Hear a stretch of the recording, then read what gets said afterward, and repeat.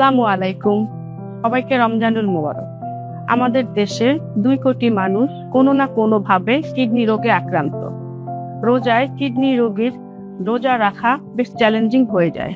তবে সঠিক খাদ্য অভ্যাস এবং ডাক্তারের পরামর্শ অনুযায়ী শুরুতেই যদি আমরা কিছু নিয়ম কানুন মেনে চলি, তবে একজন কিডনি রোগীও রোজা রাখতে পারে। কিডনি রোগী রোজা রাখার ক্ষেত্রে ইফতারিতে কিছু রেস্ট্রিকশন আমরা দিতে পারি। তার মধ্যে প্রথমেই যদি আমরা কিডনি রোগীকে ভাজা পোড়া না দেই এবং খেজুর রেস্ট্রিক্টেড করে দেই, কারণ হচ্ছে খেজুর পটাশিয়াম বেশি থাকে, এই কারণে পটাশিয়াম রেস্ট্রিক্টেড প্লাস হচ্ছে প্রোটিন রেস্ট্রিক্টেড এবং অতিরিক্ত তৈলাক্ত খাবার থেকে কিডনি রোগীকে বিরত রাখার জন্য প্রথমেই সাদা পানি দিয়ে আমরা কিডনি রোগীকে ইফতার করতে বলতে পারি। তারপরে হচ্ছে আপেল, নাশপাতি, পেঁপে এই ধরনের ফল কেটে কিডনি রোগীকে আমরা দিতে পারি এবং জুস করেও দিতে পারি।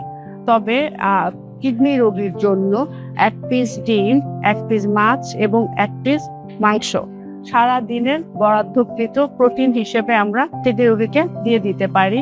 সেক্ষেত্রে এভাবে আমরা বন্টন করব খাবারটা। ইফতারের সাথে একটা ডিম সিদ্ধ আমরা দিয়ে দিতে পারি। তারপরে রাতের খাবারের সাথে সহজ পাচ্য সবজি, সাথে 1 পিস মাছ অথবা 1 পিস মুরগি, সাথে রাইস। এটা আমাদের রাতের খাবার কিডনি রোগীদের জন্য শেষ হয়ে গেল। তারপরে আমরা সেহরির জন্য কিডনি রোগীকে সেম ওয়েতে 1 পিস মাছ অথবা মুরগি, মিক্সড ভেজিটেবল, তবে অবশ্যই সেটা অল্প তেল অল্প মশলা যুক্ত হতে হবে।